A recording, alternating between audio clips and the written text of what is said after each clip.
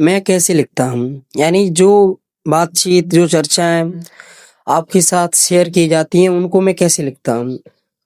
लिखने का मतलब ये नहीं कि सामने टेलीप्रॉम्प्टर रखा हो, उससे मैं पढ़-पढ़ के बता रहा हूँ। लिखने का मतलब सिर्फ़ इतना है कि विचार जब एकत्रित होते हैं, हमारे माइंड में आते हैं, तो उनको इकट्ठा करके कैसे रखा जाए? क्योंकि सबके साथ आता होता है ऐसा कि कुछ याद आया और अच्छा था, लेकिन उसको तुमने नोट नहीं किया तो भूल गए। मेरे साथ तो होता है। तो वो घर में रखी सामान भूल जाते हैं तो ये तो विचार है। एक बार ऐसा हुआ था कि मुझे कोई पोएम में एक लाइन डालनी थी और उस लाइन को मैं भूल गया।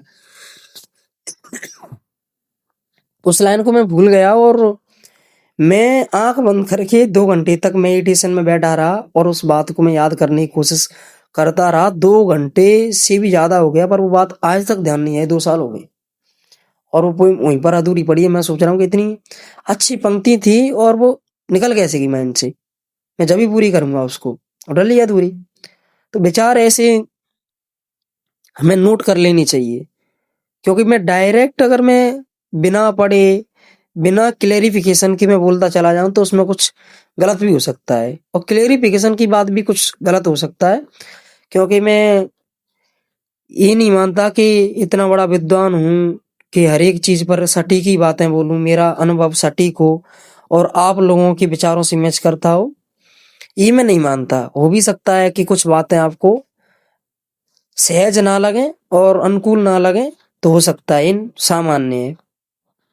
तो या तो डायरी रखने का तो पुराना हो गया मामला, लेकिन तुम ऐसा कर सकते हो कि फ़ोन सब रखते हैं तो उसमें कोई ऐप ऐसा जो सिक्योर हो, डेटा को रिकवर कर पाए, रख पाए लंबे समय तक, उसमें लिखो।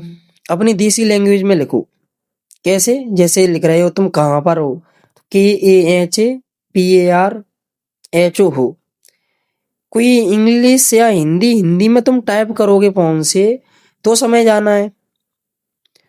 जिस तरह तुम रोज चैटिंग कर रहे हो, जिस भाषा में कर रहे हो, जिसमें तुम्हें सुविधा हो और जल्दी लिख पाओ, उसमें लिखो। तुमने सोचा कि हाँ, इस चीज़ पे ये विचार आ सकता है। तुमने कहीं पर कोई दृश्य देखा और वो तुमने नोट किया। अब उसको तुम समाहित करके एक साथ कैसे साझा कर सकते हो किसी के साथ? किताबों में लिखना हो तो कैसे लिख सकते हो? वो कला तुम्हें आनी चाहिए। जिस भाषा में लिख रहे हो उस भाषा में आनी चाहिए।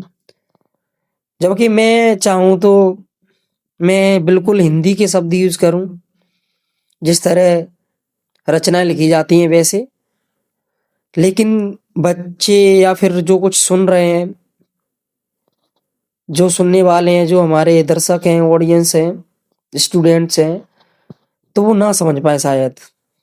उनको वो भाषा समझ में आएगी जो प्रचलित है।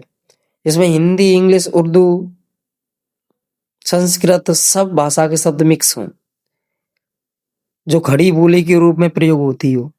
जो हमारे क्षेत्र में खड़ी बोली बोली जाती है वो बहुत कम लोगों को समझ में आएगी और ज़्यादा ही खड़ी बोली है, तो उसका उपयोग मैं कभी-कभार करता हूँ।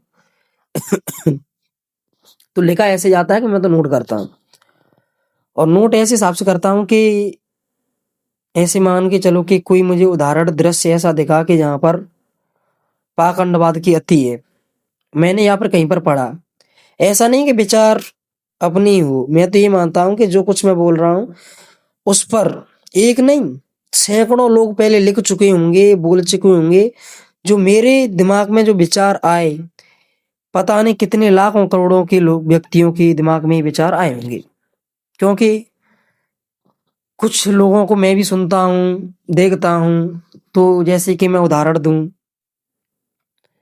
ओशो की बहुत सी बातें ऐसी आती हैं कि जिनको मैंने कभी भी ओशो को सुना नहीं है। यानी कि जो बात नहीं सुनी और वो बात मैं पहले 1 डेढ़ साल पहले सोच चुका हूँ और उस पे मैं विचार कर चुका हूँ, अमल कर चुका हूँ और वो बात मैंने फिर ओशो के शब्दों के द्वारा सुनी। तो इससे समझ में आया कि देखो मैंने तो नहीं सुना, ना ही कहीं पर पढ़ा पर विचार तो आए। तो ऐसा नहीं है कई एक लोग नहीं बोल पाते। मेरे से भी अच्छे विचार और लोगों से जो अच्छा बोलते हैं, अच्छा समझाते हैं, उनसे भी अच्छे विचार किसी के पास हों लेकिन कला नहीं है, किसी के पास बोलने की कला है लेकिन अच्छे विचार नहीं है, तो इस वजह से पर्दे पर नहीं आ पाते या लोगों तक नहीं पहुंच पाते। तो इसका मतलब ये नहीं है कि सब कुछ